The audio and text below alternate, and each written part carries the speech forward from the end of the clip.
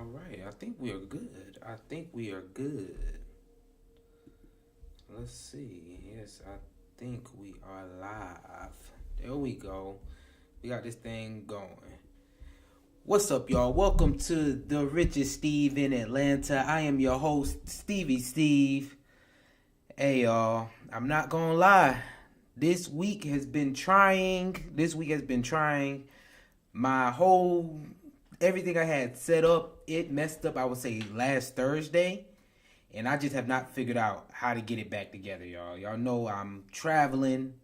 So everything has been all out of whack. But I sat down with myself, said, hey, we got to get this thing recorded. We got to get this done. So I think I fixed my OBS. And I think I'm back and I'm better, y'all. I feel like I'm back and I'm better. You feel me? Once you get, the universe hits you every now and then. You got to go through downs so that you can see the highs. But, it works out better in the long run. So I'm happy right now. And we going to get this show going because y'all are in for a good show.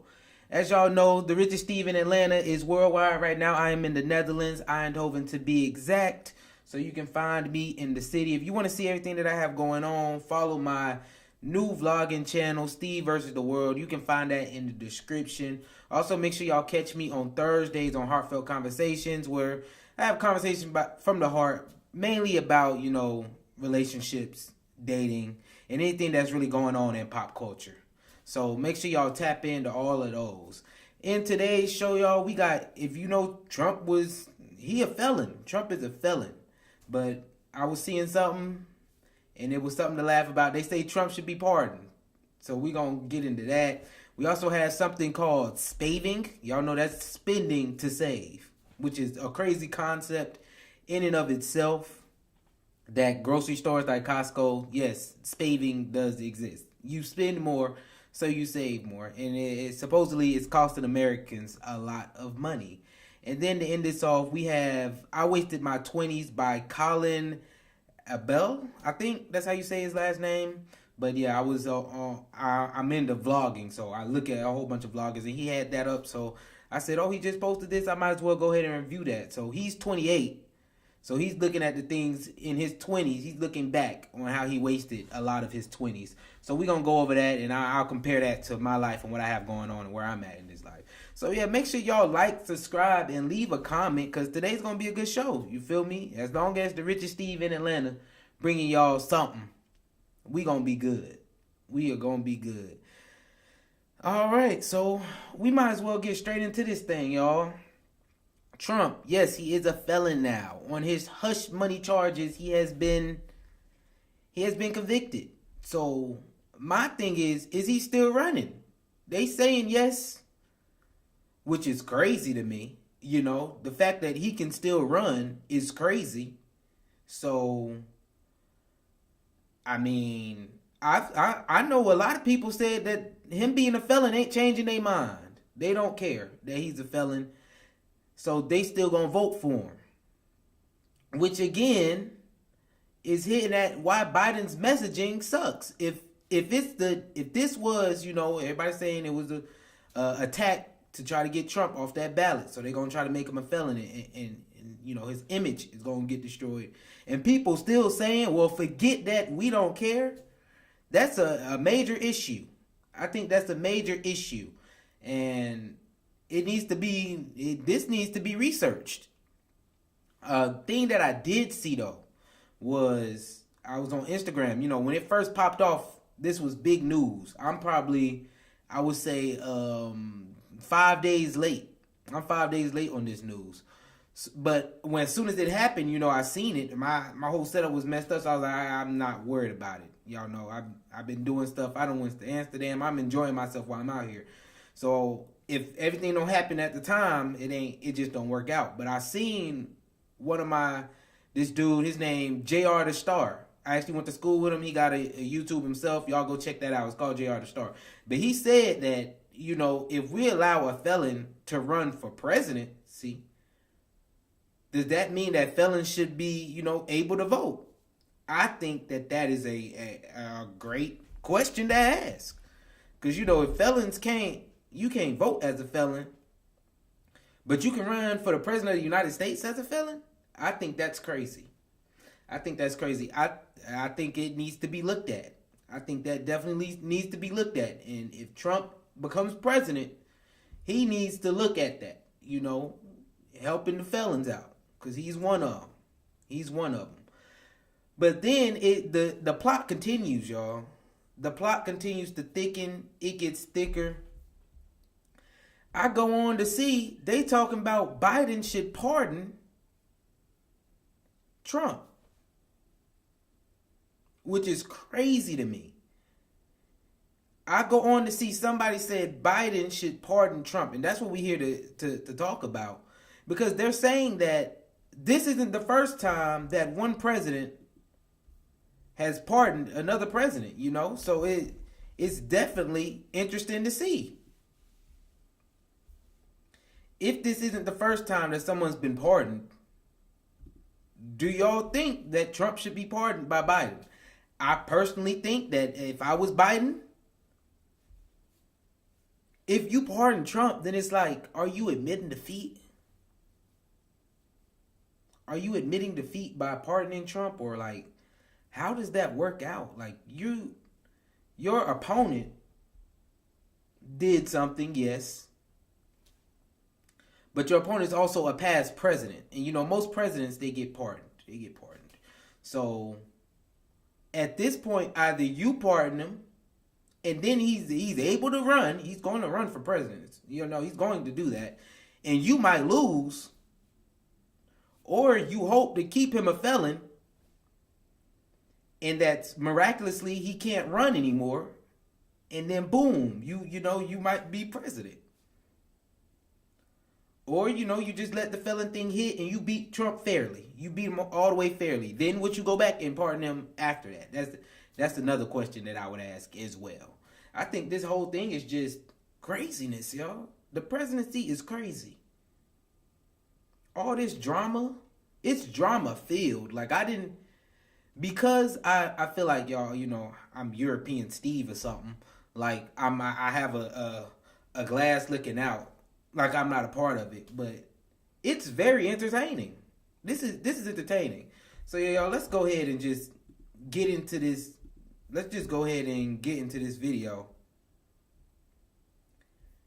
and see what they had and see what they were saying.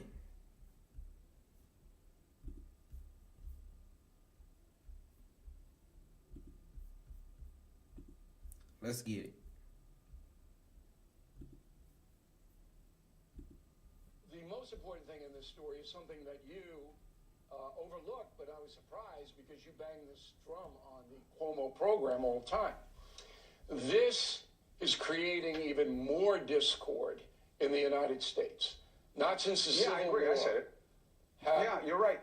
Yeah, it's exacerbating things. Not since the Civil War has the citizenry hated each other, and I use that word literally, as much as it does now. It's going to get worse. So now we have bitterness, we have acrimony, we will have violence. That's coming. We have. I don't see it. 50% of the country believes the justice system is corrupt. 50, maybe more. Remember, 70 million people voted for Donald Trump. 70 million.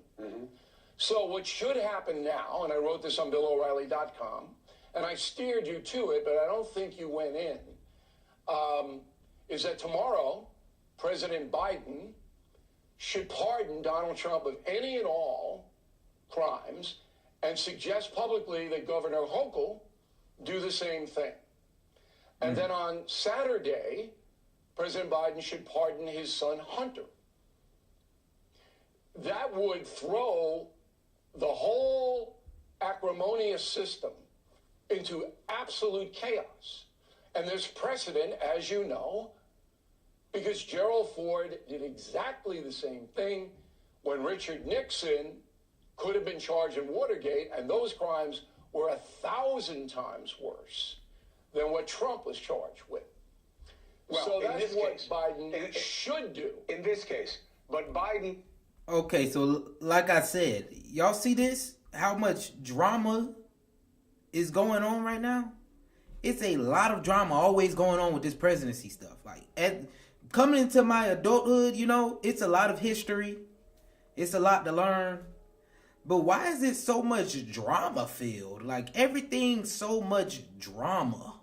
You got the Hunter Biden thing. You got Trump hush money over here and everything. It's just way too much drama. And like he said, the United States about to be fighting. This is worse than the Civil War. Let's be real, y'all. Why is American politics so much drama involved all the time? I feel like it's entertaining at this point. I feel like it's meant to be entertainment for people. Either the media spinning it or they doing something. Like, look at this. Violence is coming. Let's be real, y'all. Violence is not coming.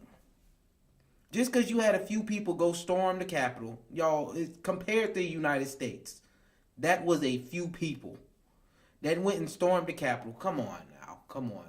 Yes, us seeing Trump get, you know, getting charged for this, for some people, is, yeah, the justice system, again, at it again, because, you know, okay, he did what he did. Everybody's saying he did what he did. Yes, the justice system at it again, they done charged him. Now what? That's the biggest thing. Now what? I just feel like it's too much drama with this American politics all the time. Like, this is ridiculous. I honestly think it's ridiculous at this point. Just the entertainment factor is all the way to 100. But, you know, you can't be too upset about the drama factor being to 100. But, gosh, all the time with this American politics. And then they talking about it was done in the past. Y'all see? I feel like it's cycling back around. And because I don't know the history that well, you know, I'm learning. When you hear things, it's just like, yo, where's this coming from? So you telling me American politics have always been this interesting? Maybe they should have taught it in school better, you know? In school, when you teach Watergate, they just taught, yeah, this was Watergate, this is what it was, let's move on. They don't tell it like it's a story, like, oh, and then this happened, and this happened. That would have you like, oh, snap. And I was on TikTok, y'all. I was on TikTok. And it was this dude. And he was acting out important historical facts. Like things that happened in history. He was acting it out and showing how it actually, like, kind of like, yeah, y'all, like, this is how much drama was in it. Like this is what was actually going on. Like, you read it in a book, it's just boring politics. But when you actually know what's going on, know what happened, it's drama. And it can be very interesting. That's the crazy part to me. And this dude literally came up here and said, hey, it's been done before. Biden needs to end all this. He say, she say. Well, you a crook, he a crook, they a crook. Just pardon everybody and end it all the way. I mean, I can feel it because it's literally, since I would say, yeah, after Obama, it's been a lot of I'm trying to say this, you know, better. It's been a lot of attacks on people. Like, it's just, well, you're corrupt. That's all, you know, that's kind of, when it comes to presidency, at least. Because against Hillary, you know, cricket Hillary. And then you have Trump. He's Trump. And then you got Biden, you know, who his history ain't been the best neither. So all of them just like, gosh, America. Please, can we do better a little bit? Can't. That's why you bring in Governor Hochul. He can't pardon a state case. Thank Hochul you. could. But he can say to Hochul, and believe me, you should do Hochul this. would do it. You should do this. Let's Okay? let's leave out the fact that give the Trump would never explanation. do that. Trump would never do that. For So an what? opponent. Well, listen, I can't tell you how much this This matters is to me. totally irrelevant. But here's why it's relevant, Is it? Bill. Okay, here's why it's relevant. So much of my frustration in coverage here is how people who are upset about things forgive those same things in Trump. I'm going to go sit down tomorrow night with a group of people who believe that everything that happened during the COVID pandemic was about some kind of conspiracy. Everybody needs to be burned at the stake except Trump. It is a very strange thing. So you want Biden to do something that Trump would never do, but that's because, you know, Trump is just such a jerk. You can't hold him to that standard. I don't think that that's fair. Listen, Cuomo, you're obsessed. No, of course it's fair. I'm looking out for the country. I'm not measuring Biden against Trump. I'm telling Biden what's best for the country. Pardon the man. But you think Trump is best for the country, even though you're saying he's a man who wouldn't do the right thing. I'm not saying anything. Trump's not involved. He's not the president. The president could bring down the level of hatred, but he won't. Okay? Because he doesn't have... What do you think would happen He doesn't to have the Biden's fiber Democratic base of Gerald Ford. if he gave him a pass on rigging the election? What do you think happened to Ford Biden's base? with his Republican base? You do the right thing for your country, Cuomo. Well, but Ford was pardoning a member of his own party. Come on. Yo. Hold on a second. Well, No. no, listen, it should It's matter. what's Okay? right You support the for guy's the candidacy. You think country. he's better for the country, but you admit he has No. no character and can't be trusted to do the right thing. I'm not just admitting saying, anything. You're putting words in my mouth that Y'all don't see the exist. craziness? Do y'all I see am the telling craziness? You just said Trump the wouldn't big do something story like this. here, the big story. You keep wanting to inject Trump into this argument when He just is got not convicted, in the Bill. argument. Okay, The so what's big the argument? story is not the conviction. The big story is the diminishment of America. That's the big story. The corruption of Alvin Bragg, obvious, okay? The system in the Justice Department doesn't work. It flat out doesn't work. A And lot it's of the people feel like that. president's responsibility to try to uplift the nation. Biden will not do that. Hey, thank you for watching. Yeah, y'all. Like I said, this right here is ridiculous. It's ridiculous. I mean, when you get into the conversation of, well, this person wouldn't do it for me, so I'm not doing it for them. And you have to pull the card, was that the right thing to do? Like, y'all know we've all been in that situation before, where it's like, somebody needs help, but you know they wouldn't help you at all if it comes down to it. Like, what are you going to do? What are you going to do? But it's for the right of the nation. This is craziness. This is craziness. And he's right. What would the Democratic Party look at Biden if he pardons Trump? Because it's supposedly good for the nation, because we don't trust in the justice system, which obviously there's a problem with the justice system in the United States. Yes, there's a problem with the justice system. And that needs to be handled on micro levels before it can be, macro levels, in my opinion. Because as a black person, getting pulled over by the police is a start. Is where it needs to start. You feel me? On a micro level, not the macro level. But yeah, it's craziness. The Democratic, if Biden pardons Trump, I'm sure Trump's probably gonna win. I'm sure Trump's probably gonna win. Because it's gonna be like, well, hey, Biden gave him a pass. I think if Biden gives him this pass, that it's over with.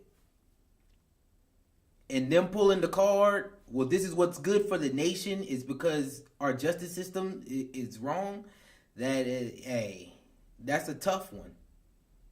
That's a tough one. If Biden decides, and this actually becomes a big topic, I think Biden will be in a rock and a hard place. He'll be in between it.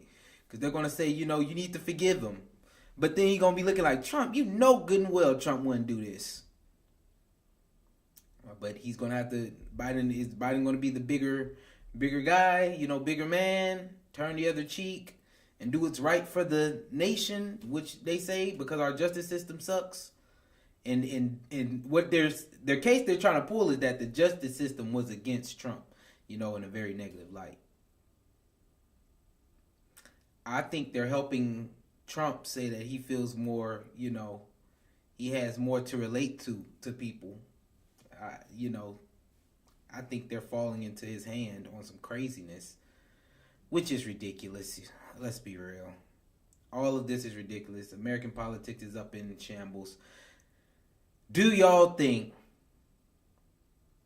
President Biden should pardon Trump?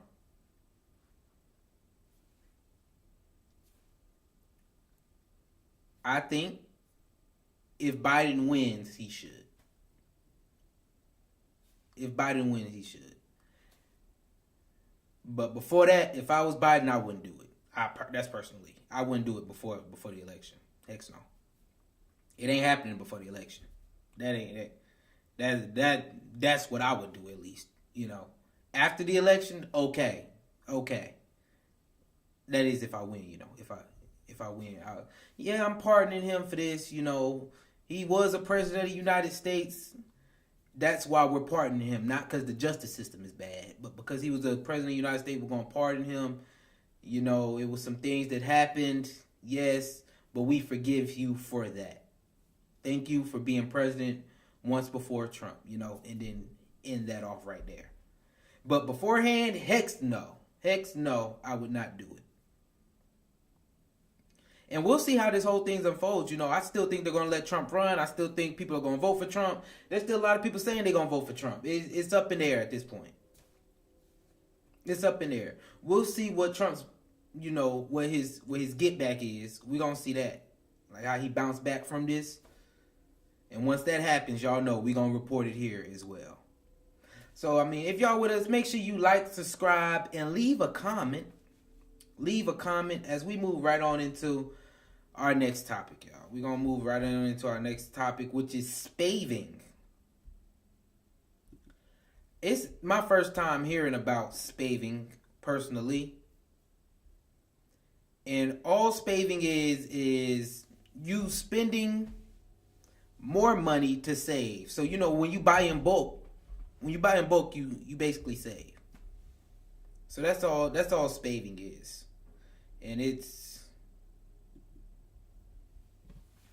an interesting topic to me, as somebody I've definitely seen that, okay, when I spend more, I actually save. Like on tissue paper and stuff, per roll, you'll be like, okay, I get more, I spend less. But at the same time, when you spend more, you have less money to spend. And what this is saying is that because of spaving, Americans can't afford spaving no more. So in the long run, it's causing people to be broke. So that's what we're going to get into next with spaving. Let's go ahead and get right into it. Ever bought something just because a website offered free shipping? What about falling for a buy one get one free deal? Or overspending on a limited time offer?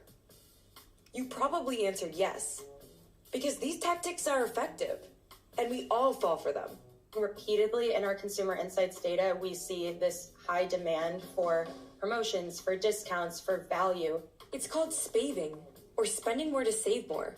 But it's a financial pitfall that could seriously affect your wallet if left unmanaged. And it's especially attractive to cash-strapped Americans during high inflationary times.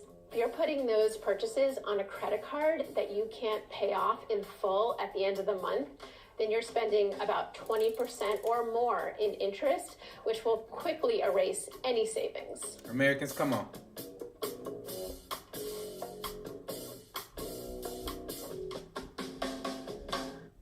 Why is it so hard to stop spaving, y'all? That is craziness to me. Spaving all in itself is crazy. So y'all be getting all these deals and it's hurting your pockets. And you put it on credit cards. Buy one, get one free. Okay, since it's buy one, get one free, I'ma buy it. Knowing you still can't afford it. Spaving is crazy, y'all. If y'all falling for these tactics, Ain't no way. I know once you look at it, though, like it's a deal, so it seems like it's good. But if you couldn't afford it in the first place, is it really a good deal? Come on now. Y'all losing y'all's last dime over spaving. That's that buy two, get one free that they be doing to y'all. So instead of buying one, you gonna buy two so that you can get that extra one free. Come on. Spaving is whooping y'all all over the room.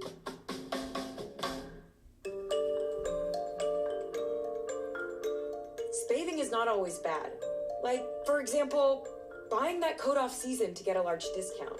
If it's something that you actually need, particularly if it's not perishable and it's consistent with our goals, then spaving can be okay. It's when retailers come up with ideas that you haven't thought about or buying things that you hadn't considered, creating that sense of FOMO, that sense of urgency, is a really great trick to get people to act right away. I think the acute nature of offering the discount, if it's limited time only, if it feels urgent or exclusive, that can really trigger the almost impulse. This is kind of a new wave of impulse shopping in some manners. And retailers strategize to get customers to spend more. In fact, there's a whole field of study devoted to it. Consumer psychology. Many credit Sigmund Freud's nephew, Edward Bernays, as a pioneer. In the 1920s, he was one of the first to apply psychology to companies' advertising campaigns, most notably for Lucky Strike cigarettes, where he likened the product to torches of freedom, helping remove the social stigma for women smoking. Basically, teams of scientists have figured out how to get us to spend more money, and it is working. That thrill of the hunt that came from prehistoric times still exists now, whether we're online or whether we're at a major retailer. The opportunities to spave are everywhere, from websites to subscriptions, and even the grocery store. In fact, retailers have upped temporary price reductions by 72% and increased overall promotions by 15% in the past year, according to data analytics company Numerator. We tend to get that dopamine hit when we see something that's a sale and then we buy it and we feel like, oh wow, we really our hunting and gathering brains are just happy that we got it. And then 2 days later we realize we didn't even need this to begin with. So y'all are telling me we are falling to psychology. This is just how we are. You're getting attacked. You're getting trapped. They are setting the bait for us by saying, yeah, buy one, get one free. Because if you didn't get that one free, you probably wouldn't have bought it anyway. Y'all see what that's at? My thing is, even when it comes to savings, if you wasn't going to buy it anyway, don't do it. We're losing to psychology. You're losing to your own self at that point. I know how good it feels to when you find that deal. You know, you get 2 shirts for the price of one. And you ain't got it, but you got a deal. Hey, player, I got a deal for you. You feel me? You get this and I'm going to give you that with it. Knowing you ain't got the money for it. So what they saying is that this stuff gives people a high because you feel like you got a deal from it. You sought something, like you feel like you one-upped the other person. When in reality, all you doing is putting yourself behind and you done got.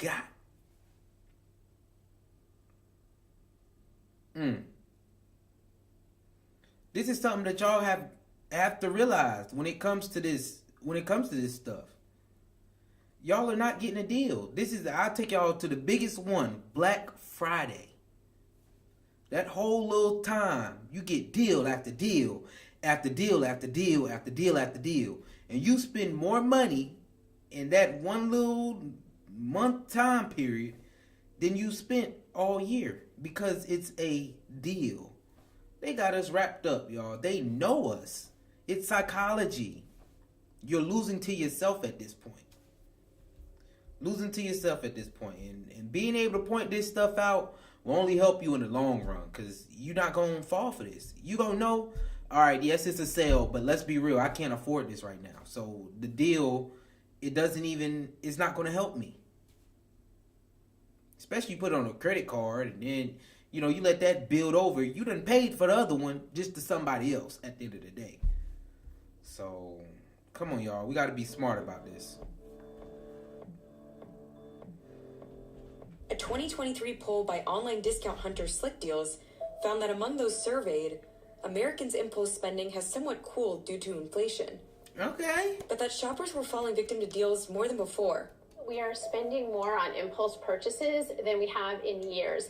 And since the pandemic, we are more tuned in to our favorite retailers. 52% of consumers surveyed by CI&T in 2023 ranked prices and discounts as some of the top reasons they remain loyal to a retailer.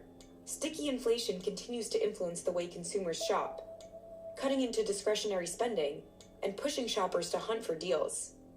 The Consumer Price Index was up 3.4% in April 2024 year over year, but had a slightly lower increase from the year-over-year rise in March. That's significantly less than 2022's pandemic-era peak, but remains higher than policymakers' long-term target of about 2%. While consumers have this really reactive mindset and cost-conscious mindset, they're also excited by the fact that inflation is coming down, and they have this scarcity mindset still coming out of the pandemic where they're kind of hoarding a little bit. And when they see these deals, they think, oh, you know, during peak pandemic, I needed to stock up on items and I needed to collect the best deals and discounts because not everything was immediately available to me. Americans have less savings in 2024 than a decade ago, or during the pandemic when consumer savings were at an all-time high. But they're still shopping by borrowing and falling behind. Credit card debt reached a whopping $1.12 trillion in May 2024, up more than 13% from the prior year. 1 in 7 Gen Z borrowers have maxed out their credit cards, and more than half of Gen X carries a monthly credit card balance. More than 1 in 3 Americans have more credit card debt than emergency savings as of May 2024. For Gen Z, if they are close to maxing out their credit cards, that's going to be detrimental to their credit score. They may not be so worried about their credit score at this point in time, but credit scores open the door to lower interest rates on everything from buying a car to buying a home one day, or even if you can get a loan at all. Meanwhile, retailers are also facing the pressure. Weaker retail sales for the month of April 2024 indicate that consumer spending is cooling. Retailers have really upped the game to make sure that they are selling off their inventory. So that leaves us as consumers kind of victim to what retailers are doing. Just to do the straightforward math, whether you see, $20 off of 100 versus $10 on 50, they may be the same, but the $20 out of 100 seems like a better deal. We're scrolling or we're online. It's already happened before we even know it.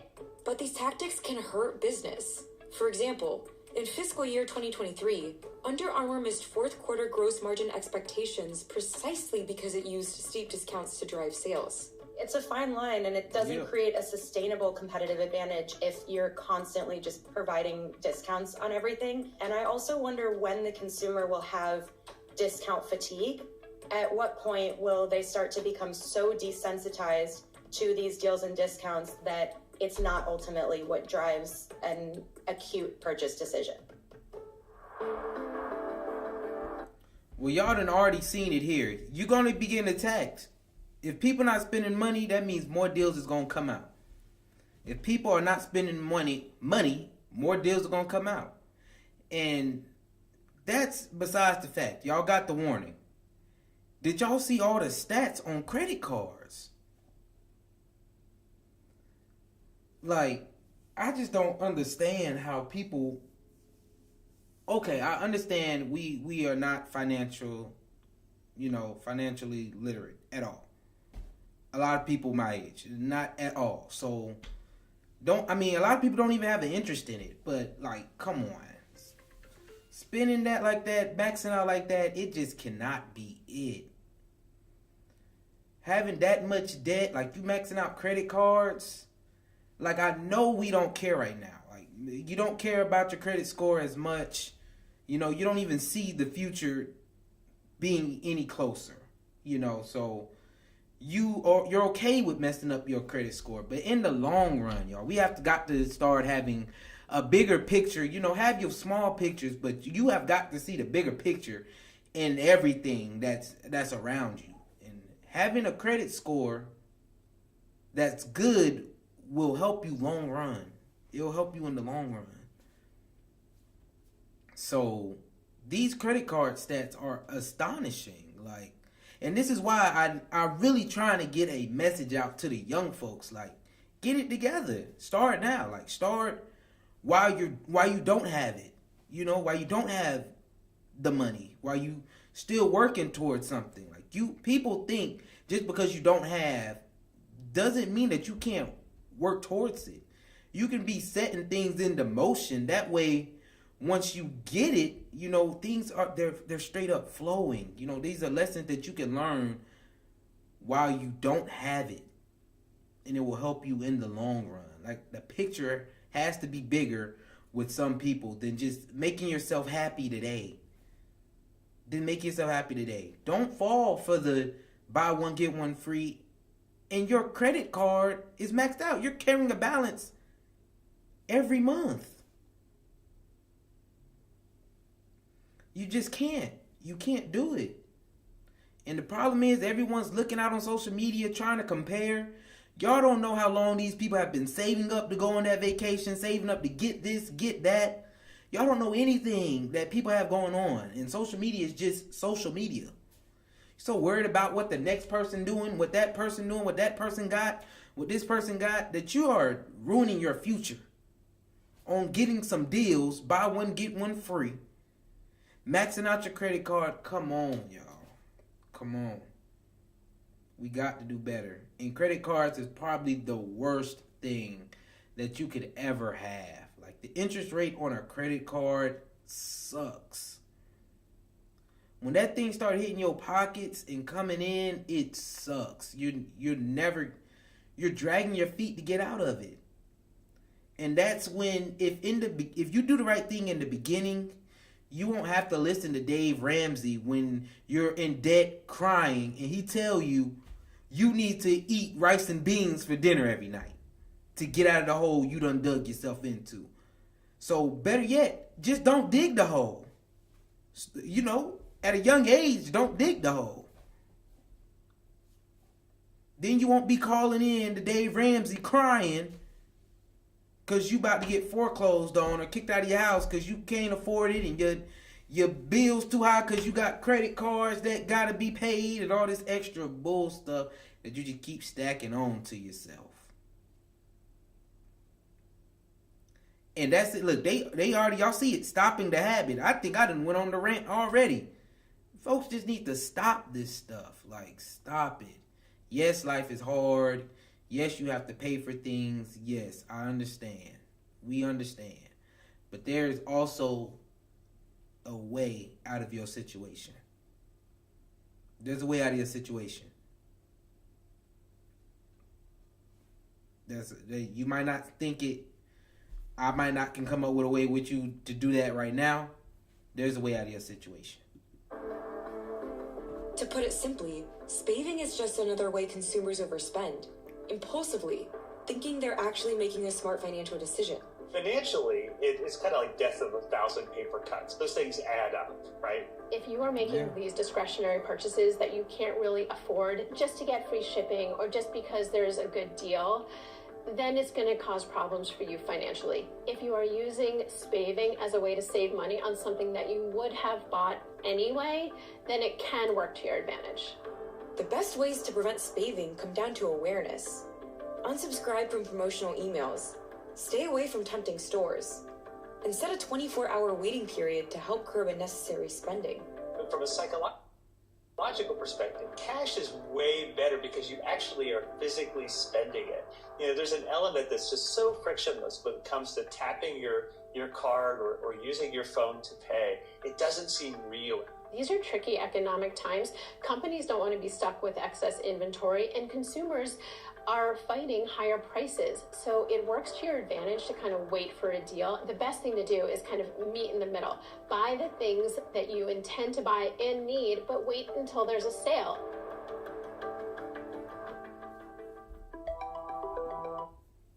All right, yeah. I think they did a horrible job at telling people how to stop that habit Okay? Stopping the habit is having a budget. Okay? Stopping that habit is having a budget and seeing where that money's going. And seeing that you can't afford that. So even if it was a deal, forget it. Stop impulsive spending. Like if you know that you're going to spend, they did give one, you need to, out of sight, out of mind, some of that stuff. If you know you can't afford to go shopping, why are you at the mall? Why are you scrolling on your phone on the app and you know you can't afford it anyway? Out of sight, out of mind that game. Out of sight, out of mind it. Quick. Nope, out of sight, out of mind. I didn't even know this existed. That way when they sending y'all these deals, it's out of sight, out of mind. If I was y'all, honestly, the first thing I would do, before even writing out your budget and seeing that you can't afford this stuff, you already know you can't afford it. Go in and cancel all your notifications from all the deals that you getting that you cannot afford. Y'all follow these people on Instagram. Y'all follow them, on Twitter. Wherever you follow them, unfollow them. I know I got friends, y'all. They hit them with a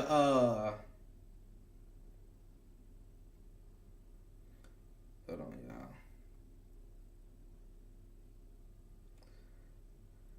Hold on, y'all. I'm trying to handle some business. Heartfelt conversations. That don't ever stop. But yeah, I got friends. I know that people follow them on Instagram and everything because they follow them on Instagram and everything. They do it. So it's like, come on. Out of sight, out of mind that thing. And then right after that, stop using your credit card. Those stats are ridiculous. Young people, stop using your credit cards. There's ways to properly use credit cards. And the number one way to use a credit card is to not carry over a balance month to month. If you know, you know. Do not carry a balance month to month.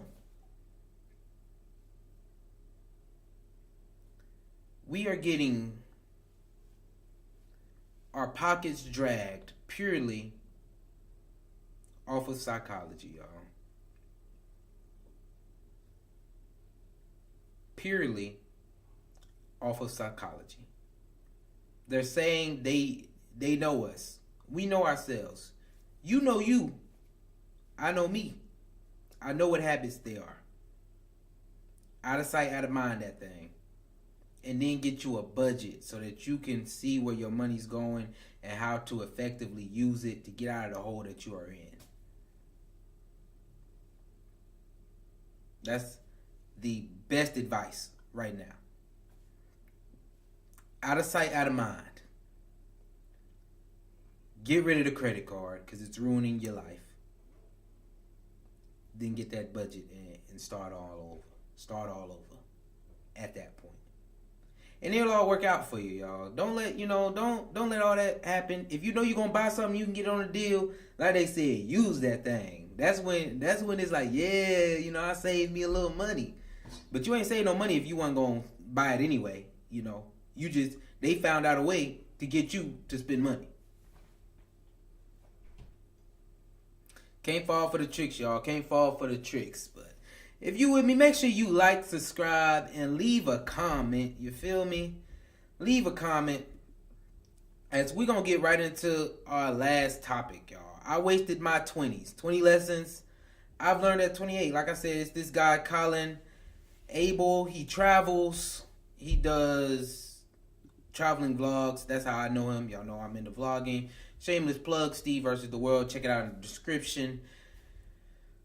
But yeah, he gave us some, he's traveled the world. He's seen the world. So these are things that he feels like lessons that he's learned. He's only 28, but he's seen the world, So I've also done one of these. You should go check that out. I did one when I was 25. How old am I now? 26? So I did one about a year ago. I did one. I think it was a great video. It's a lot that I've learned in my 5 years in my 20s. And it's a lot that I'm about to learn on the second half. So going through other people's lists and seeing lessons they've learned in their 20s, it always helps out, especially for us young people. So that's what we're going to get into here next. Let's get it. Let's see what he got to say. Here are 20 things that I wish I knew in my early 20s. Number 1, if you act like fear doesn't exist, it goes away. Normal human nature is to avoid things that we're afraid of, but I found that when I face things I'm afraid of head on and pretend like I'm not afraid, then the fear subsides and I get to the point where I'm no longer afraid of whatever I was freaking out about before. Most of the time, fear is just in your head, and if you take action in spite of your fear will lose power and it will eventually go away. Number 2 is to control the... Oh, yeah, we're going to have to hit them one by one as they come up on that screen, y'all. We're going to have to hit them one-on-one because he got... It seems like he has a couple, 20 lessons, so we're going to have to hit them one by one. Fear.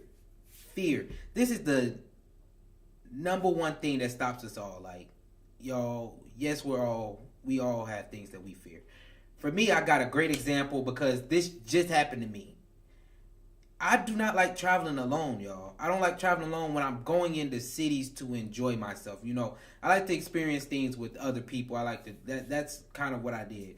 But I went on a trip this week to Amsterdam all alone. And I'm sitting in bed knowing that I wanted to go to Amsterdam. You know, but I was trying to find someone to go with. Nobody wanted to go with me. So I just like, okay, I'm going to suck it up and go by myself. Yes, I had a fear of going there by myself. I just don't like traveling, you know, by myself. But when I actually stepped out and I just lost the fear, the whole trip was 1,000 times worth it. And my fear of going somewhere alone could have destroyed that whole experience. Like the vlog I just made, it posted literally probably less than an hour ago. Amsterdam, 24 hours solo trip. I did not want that trip to be solo. I was literally facing my fears going on that trip solo. And it was one of the best things I think that I did. You know, I really enjoyed myself. And you'll see more solo trips, you know, coming in the future. So that's how I feel with that. Flow of dopamine into your life because it will adversely affect your motivation levels. I found that it's really important for me to take intentional time away from dopamine-filled activities. The reality is dopamine addiction is real, and things like TV, video games, binge eating food, pornography, all of those things flood your brain with dopamine. Having those things flowing continually and unregulated into your life is going to wreck your motivation and keep you from doing the things that you want to do. Honestly, one of the worst things for this generation probably is our cell phones, just because they can be so addictive to just sit and scroll through. So if you struggle with that, setting a time limit on your phone or just locking your phone away for a few hours each day can help a lot. Number 3. They're not lying. That dopamine filled, this phone, it gets you every time. The phone will get you every time. Like I almost feel like it's no getting away from it. Sometimes I feel like it's no getting away from it. I don't know what it is. Being able to relax and not have that dopamine hit you all the time, it works beautifully. I think taking some time away from all the, like he said, the things of your phone, it helps so much because it's overstimulating all the time. And being able to get that back, to me, increased my joy in life 100-fold. So far, you know, being able to untap helped me 1,000 times. So that tip, that's a pretty good tip. That's a one for sure. It's okay to incorporate your inspirations into your art. I used to feel kind of guilty about doing this, or I thought that it was wrong to try and emulate my favorite band when I was trying to write a song. But there's nothing wrong with doing this because just the very act of you recreating something, you're going to bring your own artistic spin into it. Number 4 is whatever project you're Oh, he done ran away with that one. Y'all know, hey, this all I'm going to say on that one. What Virgil say? I only try to change 3%.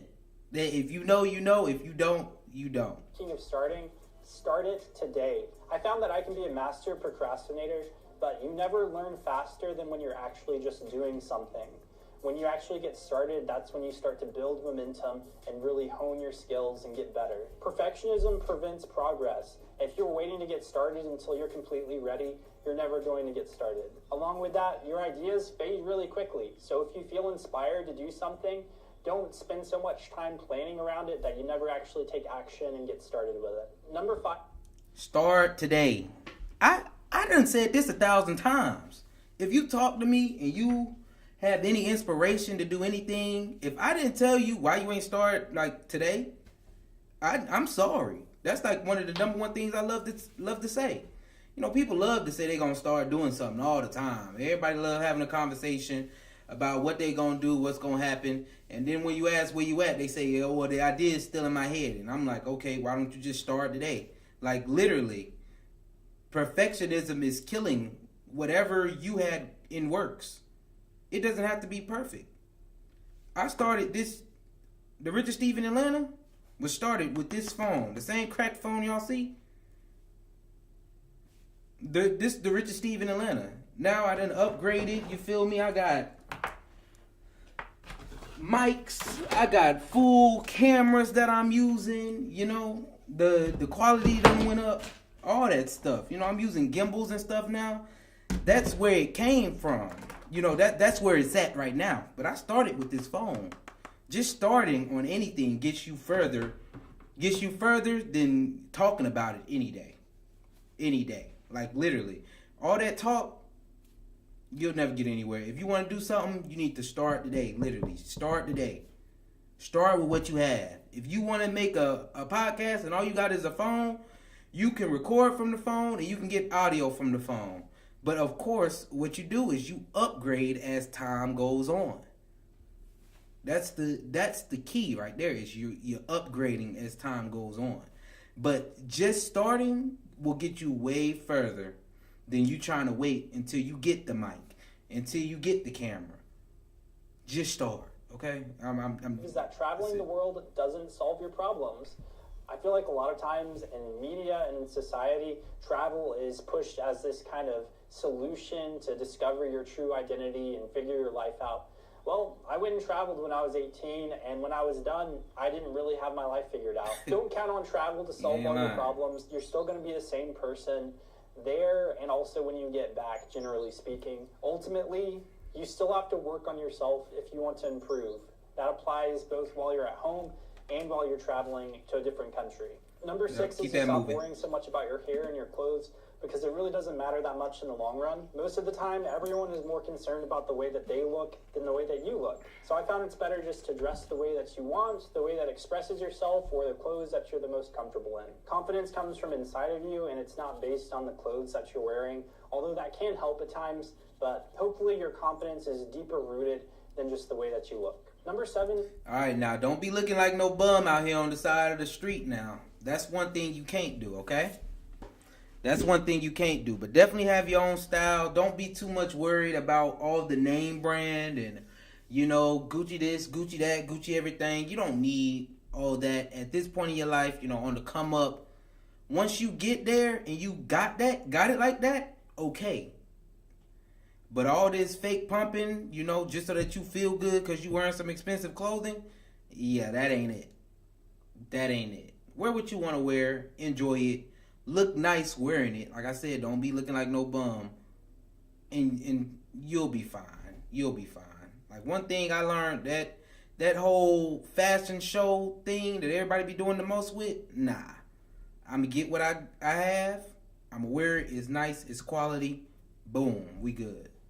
That not posting on social media doesn't make you weird. I'm not a big one for posting on social media channels in my personal life, and I never have been. And for a while there, I thought that this made me kind of weird or different, but in reality, I just don't enjoy doing that. And I found that when I do try to post on social media, I feel like a lot of the times I'm just trying to impress other people, which I don't like. It's perfectly fine not to post on social media. In fact, it's really good for us to get in the habit of not comparing ourselves to other people. And so staying off social media altogether, if you feel like it, can be really beneficial for that. The highlight reels we see on social media aren't very reflective of real life. People just post the best parts of things, and so it is really easy to go down the rabbit hole of comparing yourself to others and thinking that they've got it all together, when the reality is nobody's got it all together. Number 8 is that... I'm going to use that one to tell y'all that social media is fake. Oh my God. People finally figured out that social media is fake. It's crazy. They took a picture of the most awesome place in the world, but other than that picture, they didn't enjoy the activity they were doing at all. Can y'all believe that actually happens to people?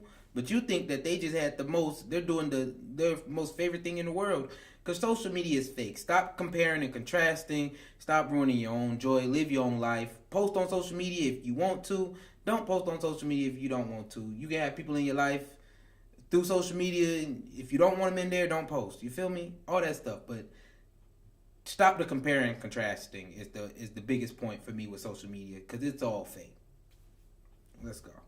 Passion-driven self-learning is much better than passionless, structured learning. Who would you rather have on your team? The person that is really passionate about something and spends all of their free time learning and reading about it, or the person who just went and got a degree in it, but maybe didn't really pay attention in class? If you truly care about your education, you need to pursue passion-driven self-learning, which means learning everything you can from every source you can. Whether you go to college or not, there's a lot you can learn about everything for free. However, if you do want to go to college, there's nothing wrong with that. Just make sure that you're passionate about what you're pursuing. The 9th thing I wish I knew earlier in my 20s. I feel this, and as a college graduate, y'all, I will say this. Some of y'all, what you passionate in, let's be real now. Let's be real. What you passionate in, it's not making you the money you want. This is the big problem with college, is that yes, you can follow your passion, but your passion might not keep up with the lifestyle you want to have, if you hear what I'm saying. So passion, it's great to have, it's good to have, but sometimes I think this one is a mistake that a lot of people make. Having, I'm following my passion, but your passion is not the lifestyle that you want to live. So be very careful with that whole I'm following my passion. Maybe you should first start with doing something that will allow you to follow your passion, that can fund you actually pursuing your passion, instead of just going into your passion with no funding. That's just how I feel, That's how I feel. When I chose my degree, I didn't choose it because that was something I was passionate. Yes, I was interested in electrical engineering, but I personally, at that age, when you're choosing your degree, I didn't choose it just because, I'm passionate about it. I chose it because I knew it was going to make me some money. I can be real. I knew it was going to make me some money, and I think that was a great thing that I did. I didn't enjoy all the classes. Some of the classes I was interested in, yes, it interested me. That's why I picked it. I still had a little interest in it, but that wasn't my passion. And to this day, I wouldn't say that engineering is straight up my passion. It's something that I definitely enjoy doing. My job has been literally a blessing, and I enjoy the thing that I do, so I can have passion for that, after the fact. But going into college, like, if I would have chose another degree or something that I was passionate about, I don't think I would be at the place that I'm at right now to actually fund the things that I'm actually passionate about. Like, at this point, I can fund the things that I'm passionate about. And it's a different way of looking at it, but I think if more people looked at it that way, that you would be a lot more happier in life. You feel me? It just is how I feel about it. Is that clarity for your purpose comes from doing, not from speculation. Analysis paralysis is the fastest way to get nowhere. I find that when I get in somewhere and get hands-on, I figure out a better idea of what I actually want to do. Initially, it might look to other people like you're being flaky and like you're just jumping around a lot, But the reality is sometimes you don't know what you don't want to do until you actually start down a path and figure it out. It's a lot better to figure that out before putting money on the table for a degree, in my opinion. But however you can go out in life and get experience trying different things, seeing what you're naturally gifted at, the better. Number 10 is that experience for sure is the best teacher. I don't care what nobody say. I'll go out and try to fail. I try to fail a lot of stuff. You feel me? I love to try things just so that I can fail. Because I feel like I learned something about me. You feel me? Like, when I first started the Richard Steve in Atlanta, I was making videos a certain type of way. Like, you can go back and see how I was making my videos. And then you can see somewhere in between there was a big split of where, okay, I'm not making videos anymore. Why? Because I learned I don't like to make those type of videos. And then I went in again and tried again with some stuff, and I stopped again. I didn't like it. Some people can say, he quit. I tell them I figured out what I like doing and what I don't like doing. And I learned from that lesson. So if you want, I'll go in and I'll quit. I don't like doing this. What am I doing this for? I'm about to quit. Sure is. Experience is the best teacher. And the only way for me to know that I like doing this or don't like doing it is to experience it. It's some things, yes, you can learn from other people. But some things like, creating videos and your creative process, a lot of it, you can tell if you like it or don't like it by just doing it.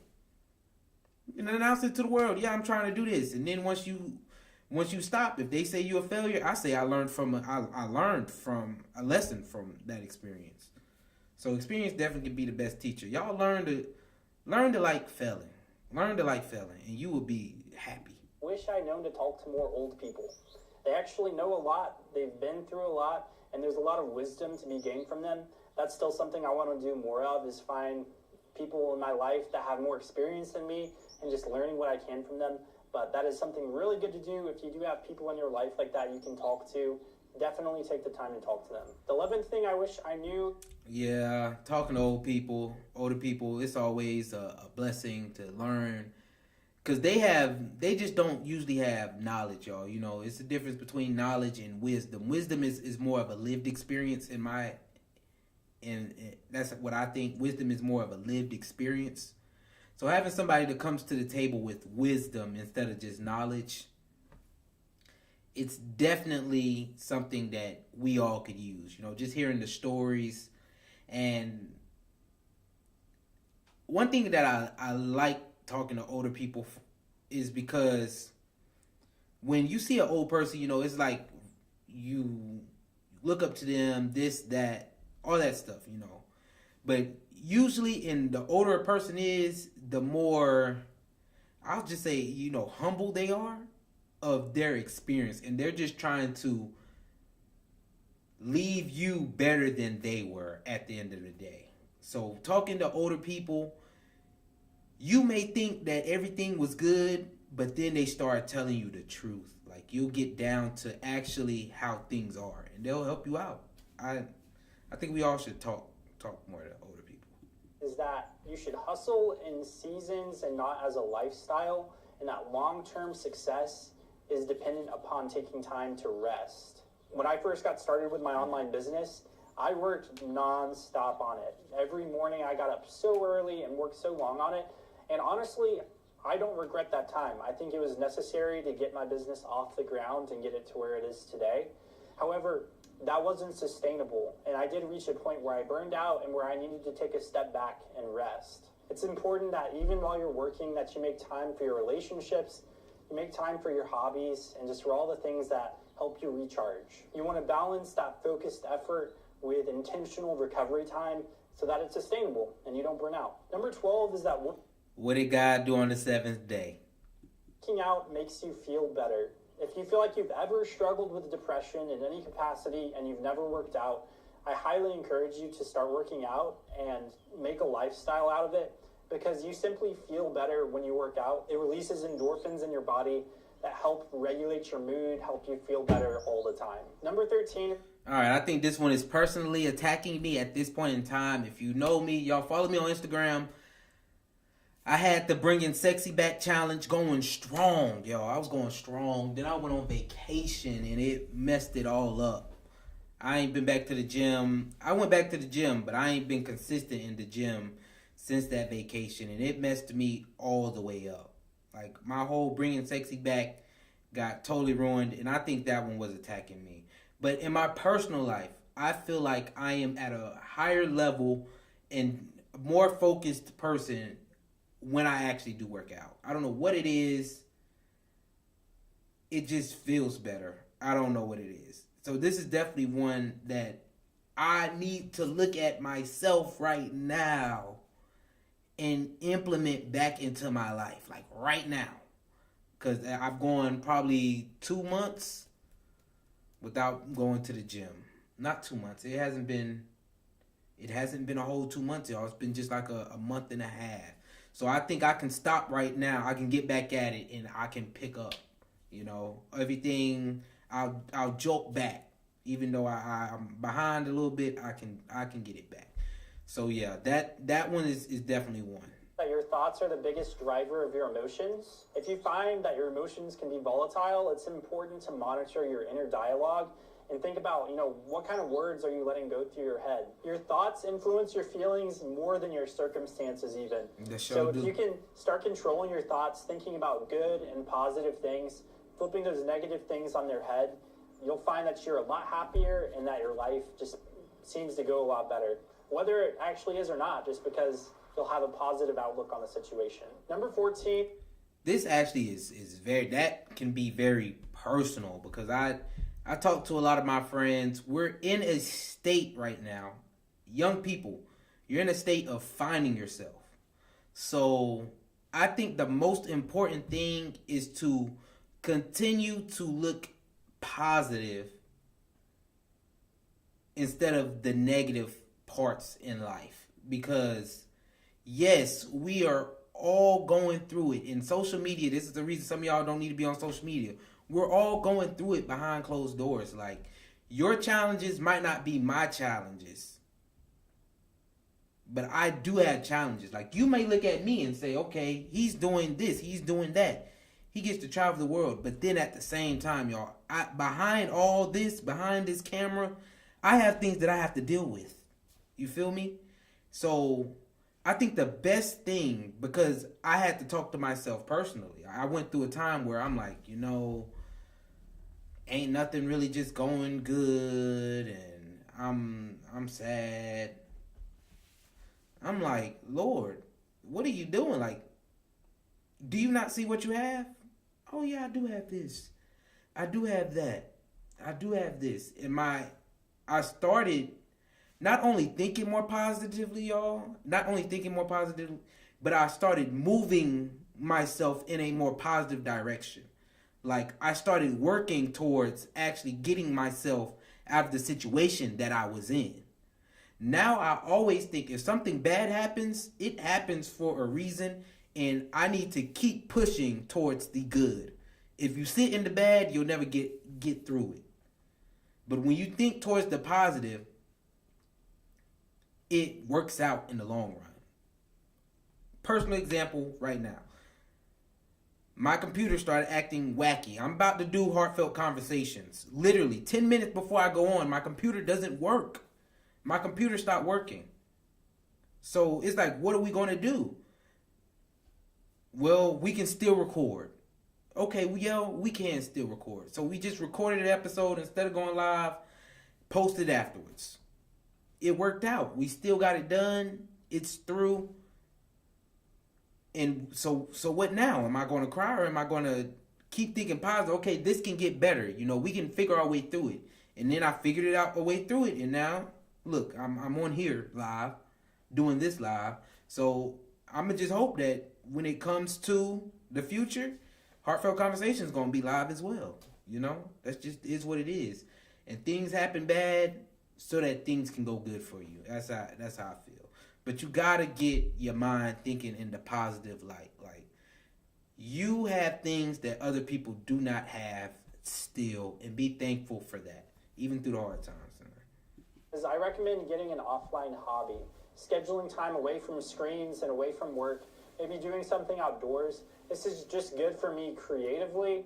It helps recharge me and helps me, when I do go back to my work, have a refreshed mind and a refreshed outlook. Number 15 is that you did not learn financial literacy in high school. Now, even if you did take some kind of financial class, I do recommend studying financial things more after you leave high school. Things like budgeting, investing, taxes, how to manage a credit card, what credit is, how it can ruin your life if you let it get out of control. If at all possible, seek mentors who've been successful financially. Get their advice, get their input on things that you could be doing now to set yourself up financially for the future. Number 16. Y'all don't get me started. I've been ranting this whole time already. So I'm not going to rant on this video because I've already did a rant on this live already. But come on, y'all. Financial literacy has to... It honestly, it's just because, you know, our parents, they didn't know it. Like, they didn't even know how to teach it to us. All that stuff, you know, it's just like it's not there. And we didn't learn it in high school. So we need to learn it now, young people. You got to learn now.